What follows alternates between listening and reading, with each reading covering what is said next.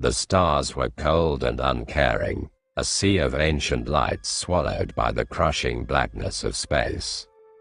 A lone Imperial transport, the Astra Fenris, drifted through the void, its hull bearing the insignia of the Space Wolves chapter. It was returning from a long deployment to a distant system, its mission complete, its warriors battered but resolute. But as it neared the edge of the Aetheris expanse, a distress signal had been intercepted, faint, erratic. A planet, once abandoned, now active with signs of life, unnatural life. Captain Kaluz of the Space Wolves knew what that meant. Something's wrong, he muttered to himself as he stared into the blackness beyond the viewport. Let's hope it's not another one of those damn Xenos. The Astra Fenris dropped out of the warp, its massive engines groaning as the ship's sensors flared to life, cutting through the radiation of the dying star that bathed the world below in a sickly glow. Kaluz ordered the ship into orbit, his mind racing with caution. Something was off. There was no response from the planet's surface, no beacon, no welcoming committee, and certainly no Imperial forces. As the crew ran diagnostics and the ship's servitors scuttled about, Kaluz gathered his wolf guard. "Brothers," he growled, his voice low and dangerous, "we've been called here by a ghost, and the only thing worse than a ghost is the thing that killed it." The men nodded, their faces grim.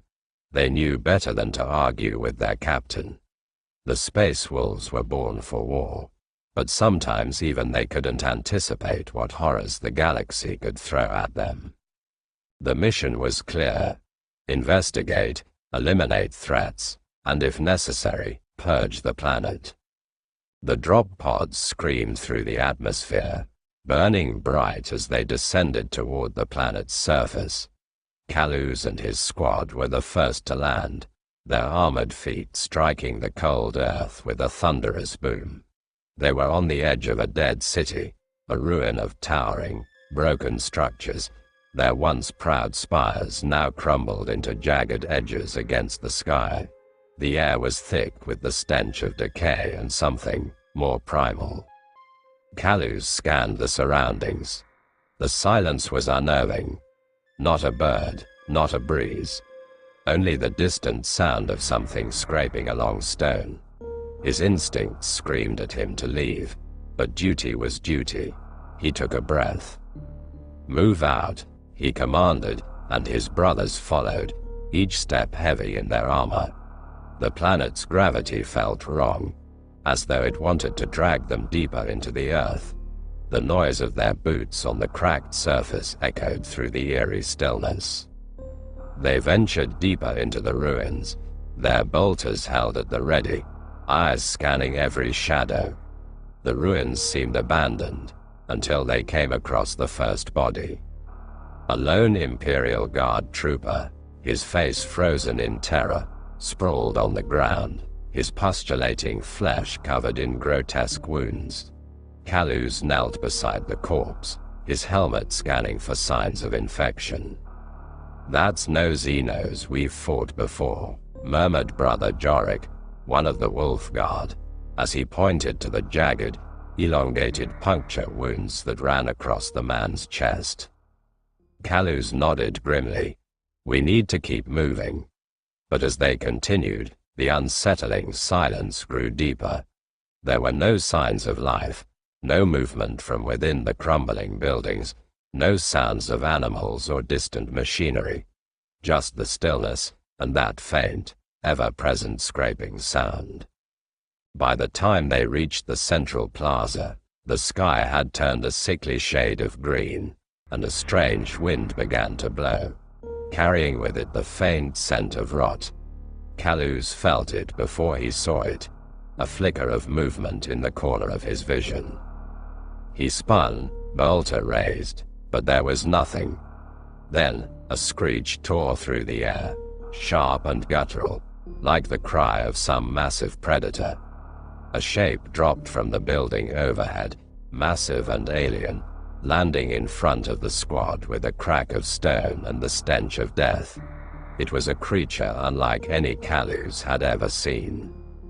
It stood nearly 12 feet tall, its chitinous exoskeleton black as night, gleaming with an unnatural sheen. Its head was elongated and skull-like, with multiple mandibles twitching as if in anticipation.